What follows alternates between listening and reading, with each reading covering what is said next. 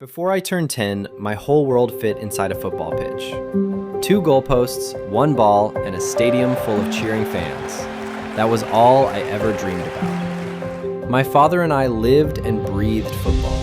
We watched every match together, and every evening he became my coach, my teammate, and sometimes even my toughest opponent. Those days, I truly believed nothing could ever matter more than football.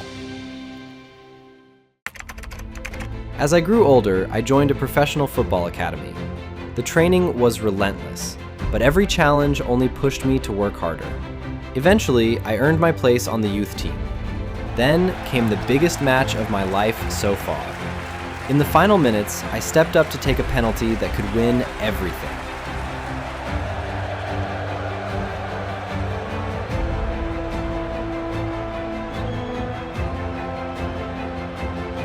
I missed.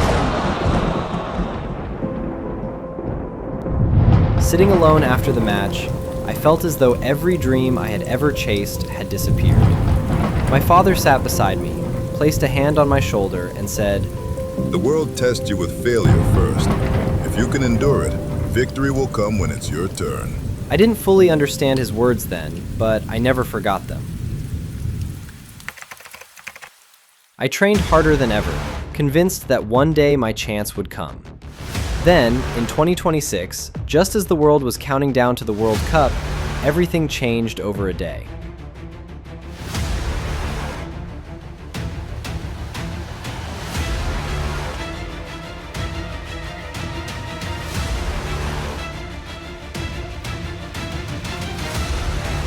The cheers of packed stadiums were replaced by the sound of sirens, explosions, and falling buildings.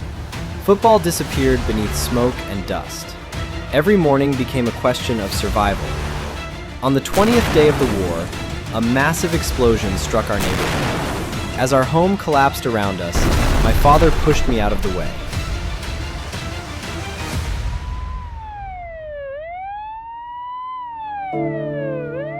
He survived, but the spinal injury left him unable to walk.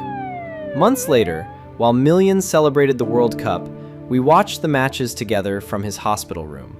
He could no longer stand to cheer beside me. In the middle of a war that had stolen so many dreams, he refused to let mine be one of them. 5 years later, I found myself playing in the biggest match of my career. Late in the game, a long pass was launched from deep inside our own half, sending me racing toward goal. Suddenly, it was just me and the goalkeeper.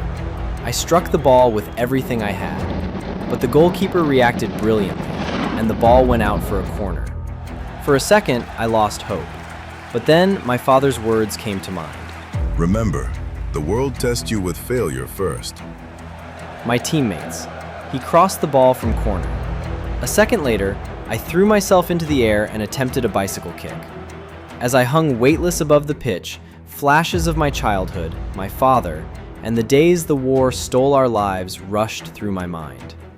Then, my foot met the ball perfectly. It rocketed into the net before the goalkeeper could even react.